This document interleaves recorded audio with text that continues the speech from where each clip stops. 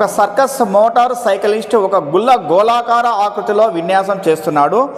గుల్ల గోళ వ్యాసం 7 మీటర్లు అయినా సైక్లిస్ట్ విన్యాసంలో తిరిగేందుకు అవకాశం ఉండే ప్రాంత వైశాల్యం ఎంత?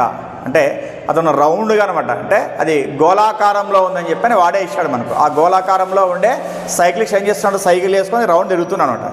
తిరిగితే ఆ తిరిగేటువంటి ప్రదేశం యొక్క ప్రాంతం యొక్క వైశాల్యం ఎంత అన్నాడు. అంటే అర్థమేమనకి ఇప్పుడు ఇది ఇక్కడ అది గోళాకారం ఉంది కాబట్టి గోళం యొక్క ఉపరితల వైశాల్యం ఫైండ్ అవుట్ చేసినామంటే అయిపోయింది. ఆల్రెడీ వాడు వ్యాసం ఏమన్నాడంటే 7 మీటర్లు అని చెప్పని ఇచ్చాడు. వ్యాసం మనకి 7 మీటర్లు అన్నాడు. దాని వ్యాసార్థం ఏమవుతుంది, వ్యాసార్థం వచ్చేసి ఆర్ వచ్చేసి ఏమవుతుంది మనకంటే 7/2 అవుతుంది. ఇలానే పెట్టుకుందాము. మరి ఫార్ములా ఏం మనకంటే 4πr² మనకి గోళం యొక్క ఉపరితల వైశాల్యం తీసుకున్నామంటే ఇప్పుడు 4 × 22/7 × r అంటే 7/2 ఎన్నిసార్లు రాసుకోవాలి మనం 2 టైమ్స్ రాసుకోవాలి. నెక్స్ట్ 7 7 క్యాన్సల్, 2 1 జా 2 11 జా 2 1 జా 2 2 జా 11 × 2 ఎంత 22 × 7 7 2 జా 14 7 2 జా 14 1 15 ఎంత 154 మనకి స్క్వేర్ మీటర్స్ అనమాట, స్క్వేర్ మీటర్స్.